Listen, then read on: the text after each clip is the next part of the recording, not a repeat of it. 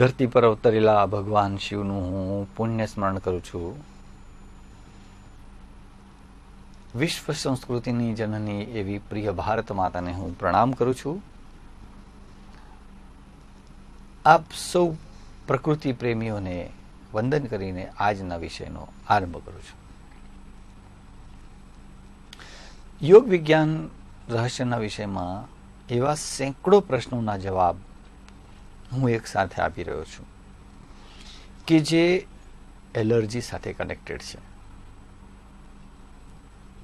ઉધરસ, ખાંસી, છીંક, નાકમાંથી પાણી, આંખમાંથી પાણી, ખુજલી, શીળસ, શીતપિત્ત, શરીરે ચકામા, સોરાઇસિસ, એક્ઝિમા, આ બધા વિષયોના ઉદ્ભવનું આપણે વિગત 2 એપિસોડથી કારણ સમજી રહ્યા છે અને એનું નિવારણ પણ આપણે આગળ વધીશું.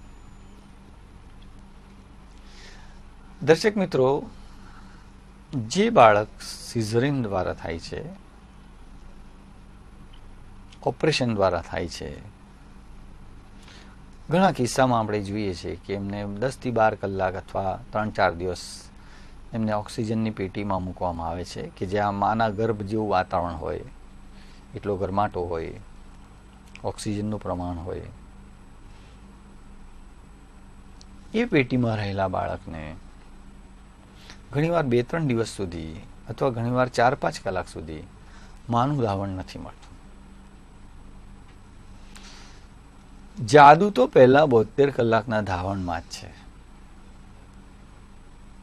દુનિયાની કોઈ પણ માં, ચાહે પશુની માં હોય, મનુષ્યની માં હોય,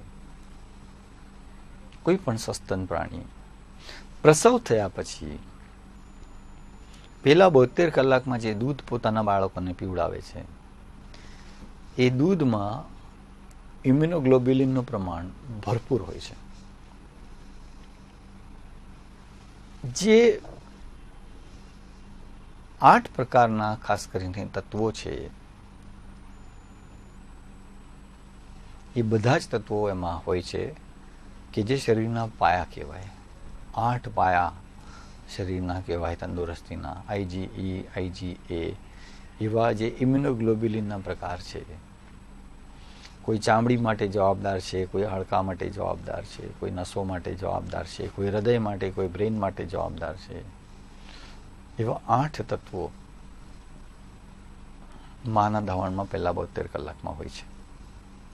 વિશિષ્ટ અને વધારે હોય છે. પછી એ નથી હોતા, એવું વૈજ્ઞાનિકોનું કહેવું છે, મારું નહીં. એટલે પહેલા 72 કલાકનું ધાવણ અથવા પહેલા 8-10 કલાકનું પણ મેં એવું જોયું છે મારા અનુભવથી કે જે બાળક પહેલા 10-12 કલાકનું ધાવણ ચૂકી જાય છે, સીઝર બાળક, એને એક તો શરદી, ખાંસી, ઉધરસ તો રહ્યા જ કરે છે. અને આગળ જેમ જેમ એની ઉંમર વધતી જાય છે તેમ તેમ એને ખુજલીના, શરીરની ચામડીની વિકૃતિના પ્રોબ્લેમ શરૂ થઈ જાય છે. એટલે એવા બાળકોને તમે જો એલર્જીનો રિપોર્ટ કઢાવો તો એમાં IgEનું પ્રમાણ, એલર્જીના રિપોર્ટમાં સૌથી પહેલા આવે છે IgEનું, સીરમ IgEનું ખાનું.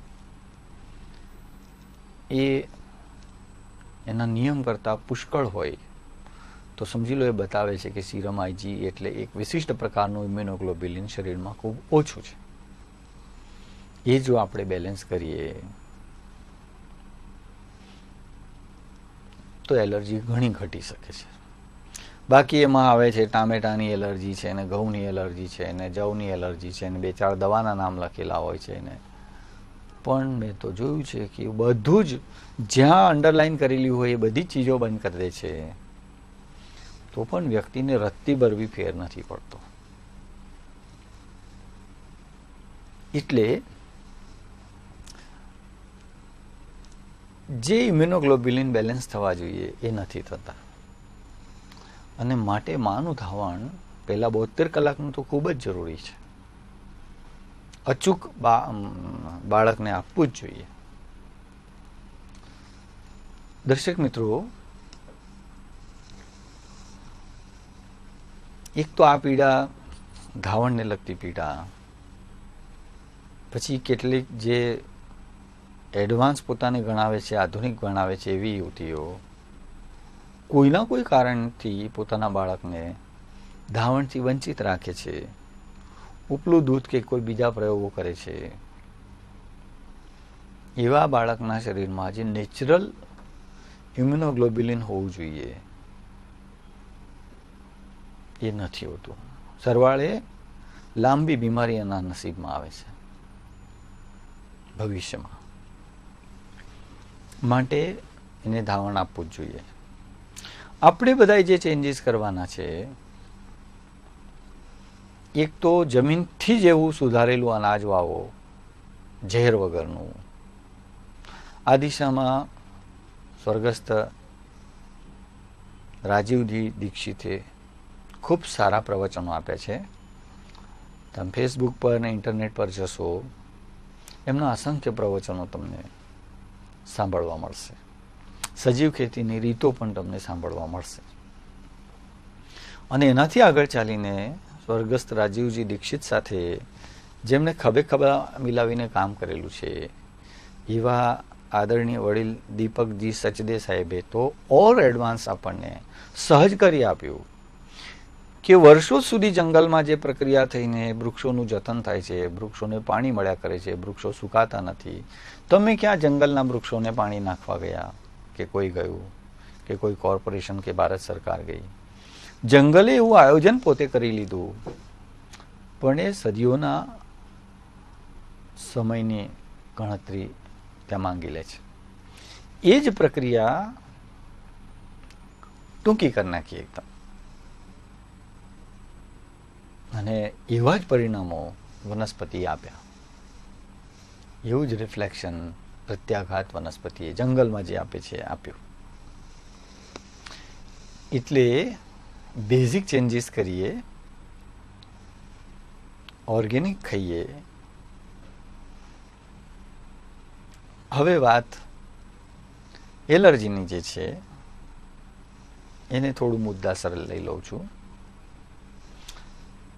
એક તો વૈજ્ઞાનિકો એવું કહે છે કે મનુષ્યો એમના ફેફસાના 15% જ ઉપયોગ કરે છે, બાકી ફેફસું નોન યુઝ પડી રહે છે. તમે જુઓ કે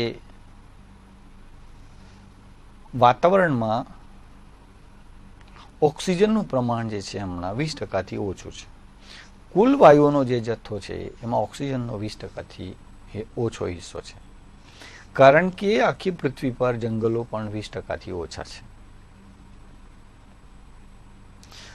આલ્પ્સની પર્વતમાળામાં વર્ષો પહેલા જે સંશોધન થયેલા, 400 મીટર અંદર સુધી ખોદકામ કરીને બધું મલબો બહાર કાઢેલો,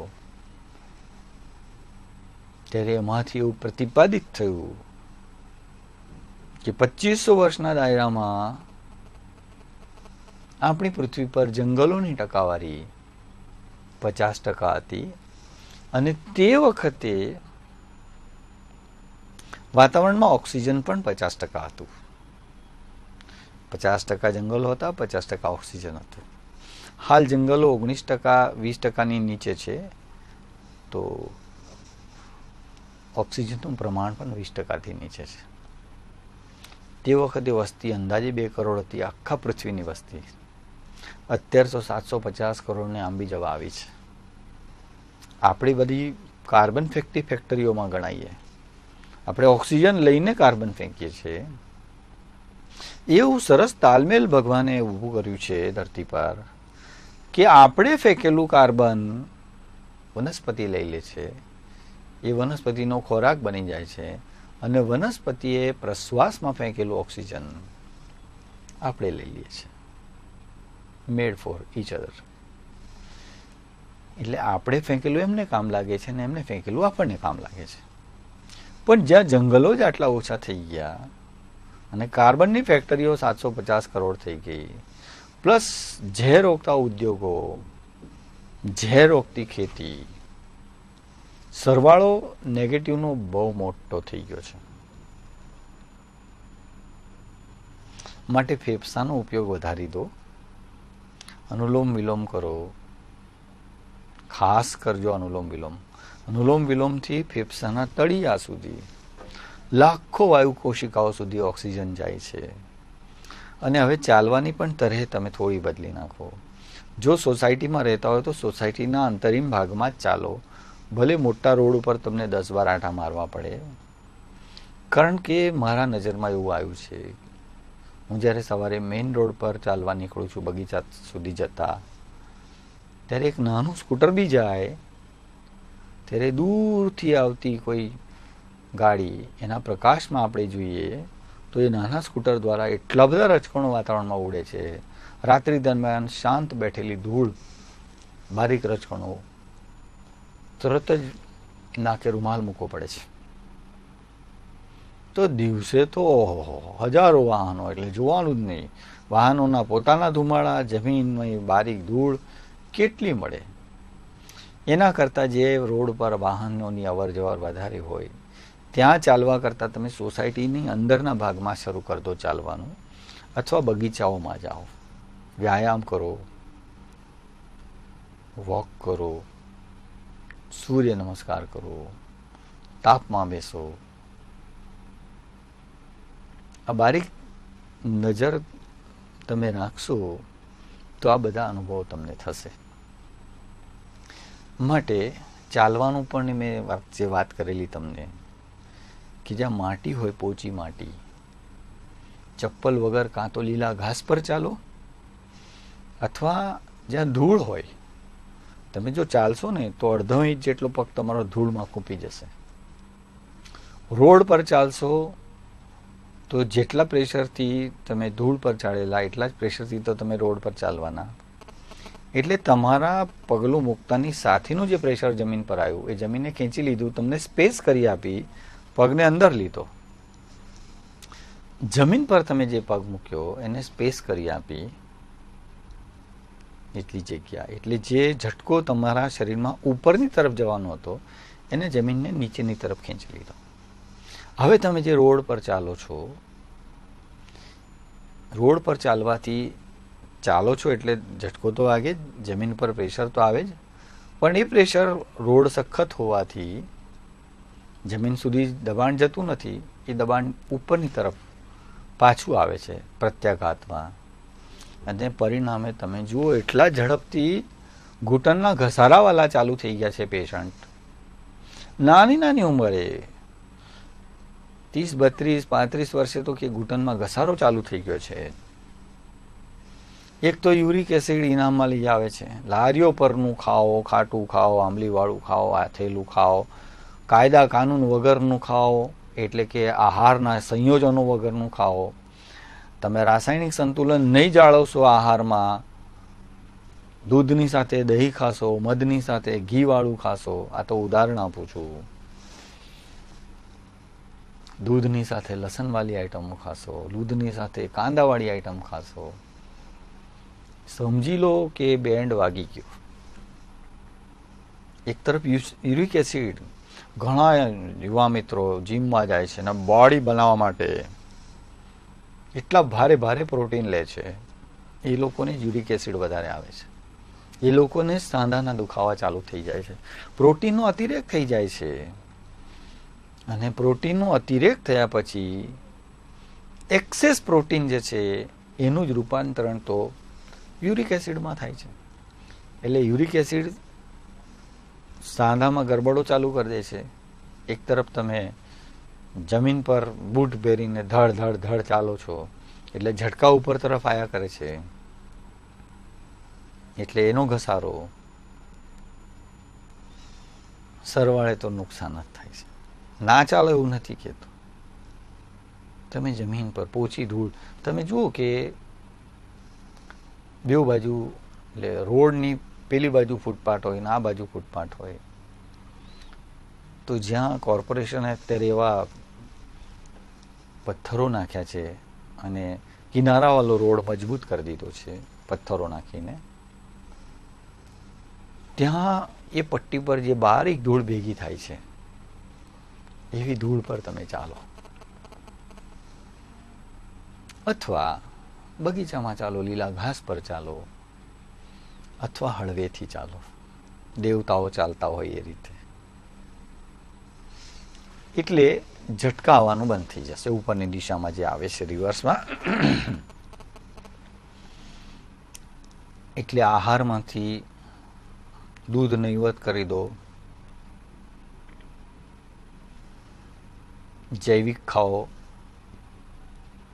અનુલોમ વિલોમમાં વધારો કરી દો, ફેફસું ફૂલે એ રીતે વ્યાયામ કરો, સોજો આવે એ રીતે નહીં ફેફસામાં, અતિરેક પણ નહીં કરવાનો, બધે મધ્યમ માર્ગે રહેવું.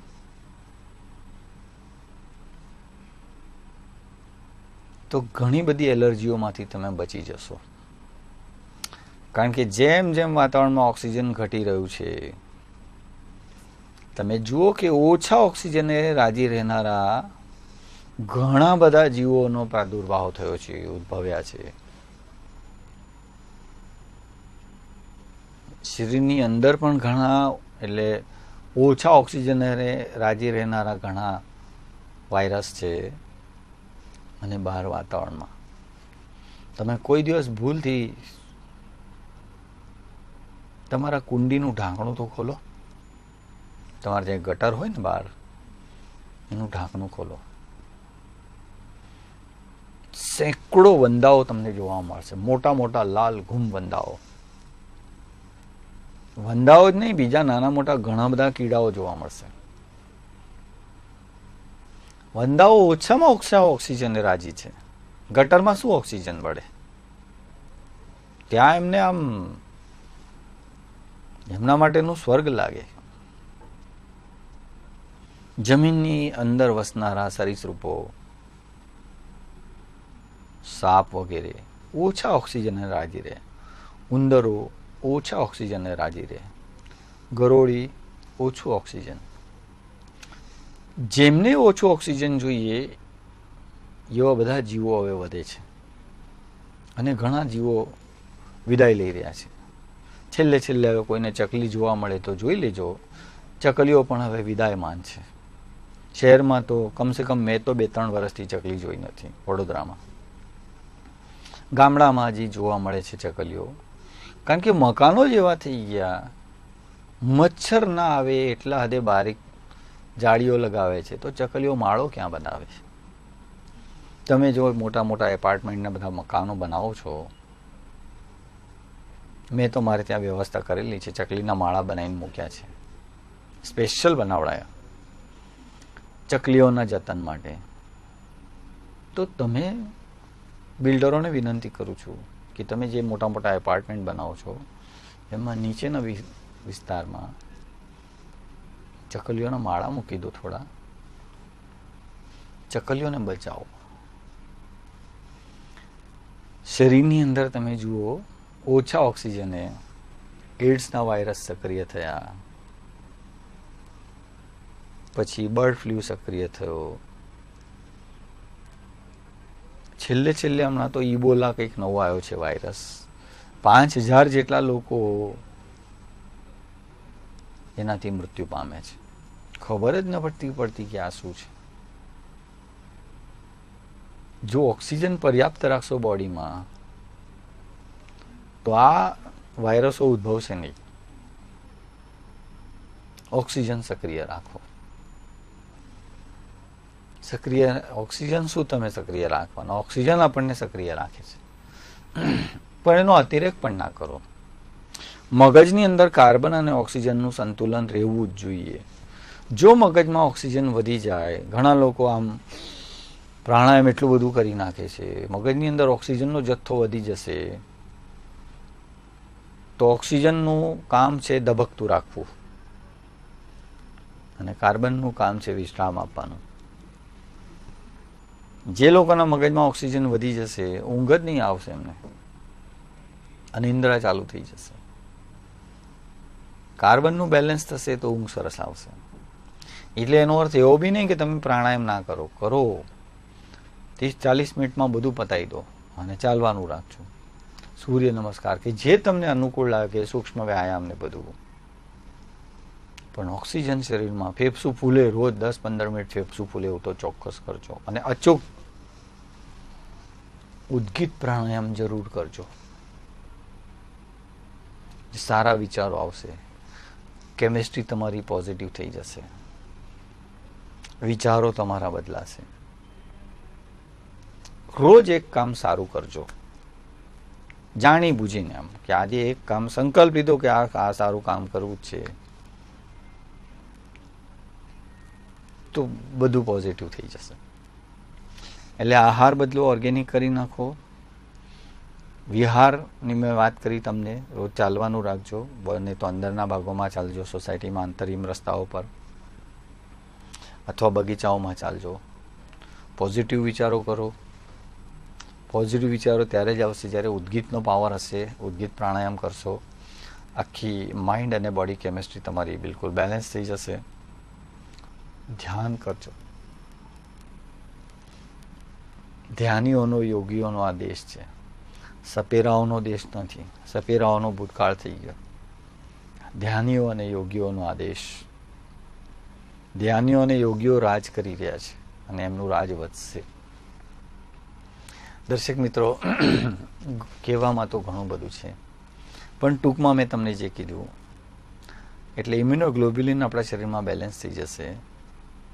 પ્રકૃતિની કરીબ આવો તો એલર્જી, ભૂકો બોલાઈ જશે. ને તો કોઈના કોઈ તત્વો પ્રત્યે તમે સંવેદનશીલ થઈ જશો. બહાર કોઈના પ્રત્યે વધારે પડતા સંવેદનશીલ થઈ ગયા તો ડિપ્રેશનમાં જશો. કે બોસથી ડર લાગવો, બોસના નામથી ડર લાગે, ઘણાને પતિ કે બાપથી ડર લાગતો હોય, એ વ્યક્તિ ડિપ્રેશનમાં જતી રહે છે. એલર્જી પણ અંદરના કોઈ તત્વોની અતિના કારણે, વધારે પડતી સંવેદનશીલના કારણે આવેલી એક શારીરિક રક્તકીય ડિપ્રેશનની જ અવસ્થા છે. આજે આટલું છે. ધરતી પર અવતરેલા ભગવાન શિવના ચરણોમાં આજના આ અંકનું સંપૂર્ણ શ્રેય હું અર્પિત કરું છું. મારા બોલવામાં કોઈક અતિરેક થયો હોય, કોઈ ભૂલ હોય તો માફી માંગી લઉં છું. મારા ભાવને સમજવા માટે વિનંતી કરું છું. અને પ્રિય ભારત માતાને પ્રણામ કરીને આજના વિષયનું સમાપન કરું છું. સમાપને આપ સૌને પણ મારા પ્રણામ. વંદે માતરમ. ઓમ શાંતિ.